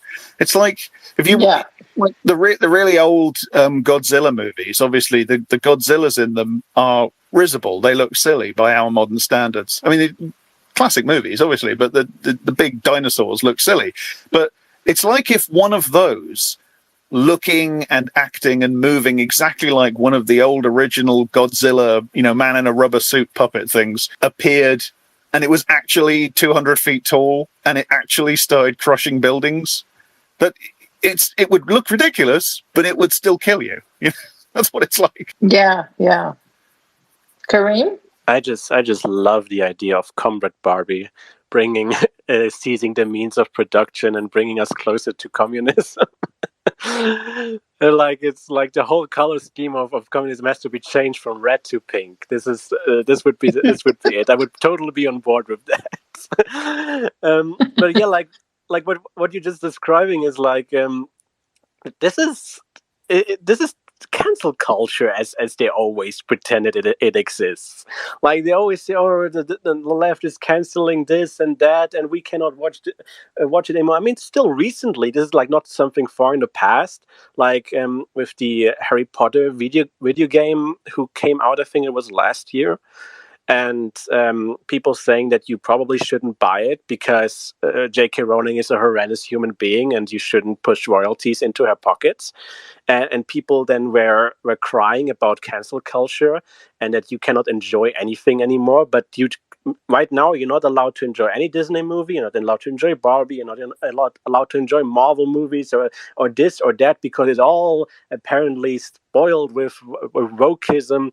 Like, it's just what I mentioned earlier. It's just this unhinged hypocrisy where people pretended throughout years that things are not about politics, that they're not about the message per se, but that they just mind politics in their in their media, or that they are against wokeism, but they don't mind politics. They mind the message per se, and they also don't mind boycotting, because they boycott more than the left does. It's this really unhinged hypocrisy, and I think it should be more outcalled, because it's such an obvious weakness that these people. But they don't care. Yeah, that's the problem. Yeah, that's it. They don't, because they all know on a fundamental level. They all know what they're doing. So you point out their hypocrisy and their double standards, and it just slides off them because they know and they don't care. That's not. Yeah. The fact that they're blatantly contradicting themselves and blatantly ridiculous, it doesn't. Ben Shapiro has been widely and roundly mocked for his ridiculous Barbie reaction video. He doesn't care. He will make money from that. He will get clicks from that, and he will continue doing what he's doing to an audience that is eaten that up and will eat up the next thing. And he's made loads more videos about it, about the reaction to his reaction, and he'll make another video about the reaction to his reaction to his reaction. He's fine. The fact that hundreds of people have pointed out his hypocrisy and ridiculousness, he doesn't care. And fundamentally, as long as one of the things that really I found really instructive recently was when those during the Dominion lawsuit of Fox News, and during the discovery process, loads of stuff from, internal stuff from Fox News came out. And of course, the juiciest bits, like Tucker saying, Trump's a destroyer and stuff like that made its way into the headlines. But if you look through that stuff, what I found really instructive about that is that they really were not, at least in terms of their communications with each other as an organization, they were not concerned about politics. They were not concerned about anything except views, about audience numbers, viewing figures. That was it. They weren't concerned what anybody on the left thought of them, or anybody on the more liberal networks thought of them, or any of the criticism that, they were not worrying about what, I don't know who it is now, but in my day it was Jon Stewart. They were not interested in what anybody was saying about them, about pointing out their hypocrisy and their double standards and the fact that their reporting is garbage or anything like that. And they were just worried about the views. They were just worried about Newsmax poaching views. They were just worried about their viewers leaving them because they weren't being extreme enough. That was it. So I mean, it does need to, this is one of the traps we're in. It does need to be done. We do need to constantly point out their lies and their hypocrisy and their two-facedness. But also, it kind of doesn't get us anywhere because, as I say, they know, they don't care. That's not their job. Their job is not to make sense. Their job is not to tell the truth. Their job is to constantly pander to an audience who need to have their ideological convictions and their feelings reinforced and validated. Yeah, I would just say, though, that I wouldn't give up on pointing some of the more glaring things out, just because you never know, who's looking, and it's not necessarily about just, shaming them or expecting them to be oh, I've been, caught out. But it's, about others who are looking at you calling it out, or hearing you calling it out. If you're doing it on audio, then so if they're kind of on the fence, sometimes those are the things that pull them away. So it may be slow, but it does do something sometimes. Okay, shall we wrap up then? Yeah, I'm good to wrap up there. If anyone has any last comment to make, I'm happy to hear that, and then we'll just wrap it up. Just really quick, there are people who are true believers with the anti-woke thing, even though the people who invent it know that they're being ridiculous. There are people who take it seriously. That Knight guy is objectively hilarious, but that dude has a daughter, And because that dude has consumed so much of this ideology, that daughter is going to have to grow up with a father who believes all of this like anti-feminist, anti-woke stuff.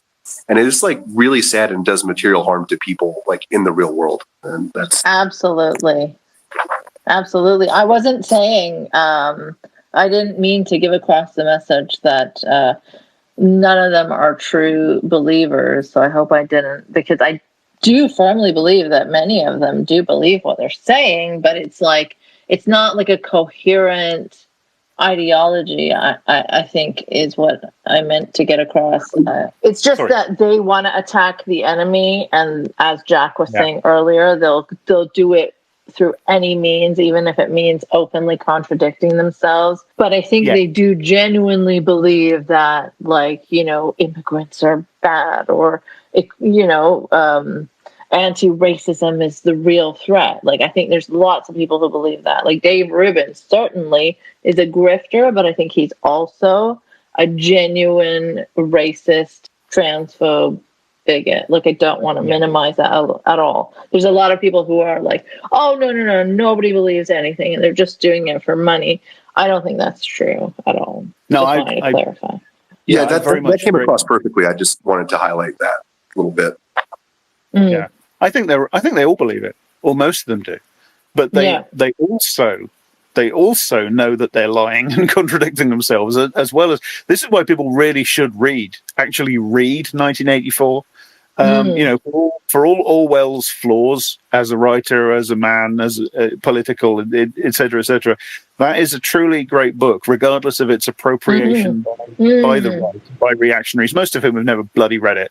And one of the great things about it is the concept of doublethink, is what Orwell calls doublethink, which is, and it's people. I think people would get what goes on more if they got their head around that concept. I mean, I'm not saying anybody here hasn't read it, I'm sure, but I'm just saying, I think if this concept was more widely understood, because I think he really gets at something in that, which is that the true believer will tell endless lies and contradict themselves till the end of time, consciously, and it won't affect their belief. They will feel all the more righteous for having done that, you know. But it's not just that you believe two things simultaneously that are mutually exclusive. You feel even more proud and orthodox about having done it.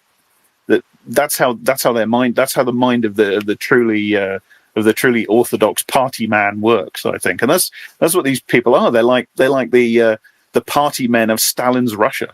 Yeah. Double think, double speak. They do it all. And that shrinking of the language, so you have less ability to describe what you're going through. I forget what the term for that was. In the book, it's newspeak. Newspeak, right. And you're absolutely right. They shrink language down to reduce the realm of the thinkable. Really, you take away the words that people can think with, and it's a similar sort of thing to what the people that study cults, they call it the thought terminating cliche. You know, if you start to have an unorthodox thought, then what you do is, or if somebody else raises an unorthodox thought as criticism or argument or whatever, you can just invoke a certain form of words or a certain phrase or whatever, and it just makes all of that, it just stops the thought dead in its tracks. And you see them doing that in their own bloody videos. Yeah, and that's how, like, these massive, vague umbrella terms like wokeness, right? Everything is wokeness. That's it. Yet they can't wokeness define it. Yeah, it's like a newspeak word, and it is a thought-terminating cliche. You just say it, and people's brains switch off, or you hope they do, anyway. Yeah, okay, so on that Orwellian note, let's close off our space on Barbie. Thank you, everyone, for listening. This has been recorded, so you can hear it through the app. I don't know, Jack, if you're planning to extract the audio from this one. Yeah, I probably will get the audio and cut out all the gaps and things and put it up on the I Don't Speak German feed. And if you're kind enough to share it with me, I can put it up on my feed too. I certainly will, Excellent. And then you can complain about how I oppressed you into doing that because that's right. Yes. Yeah. All right. Awesome. Thank you, everyone, for tuning in and participating. I think it was a really fun and lively discussion, considering most of us hadn't even seen this movie. So, yeah. Cheers. Good night. Keen to see it now, thanks to Piers Morgan. Yeah. So. Remember to tweet that picture. Oh, yeah, will do. Yeah. Good night, everybody. Bye.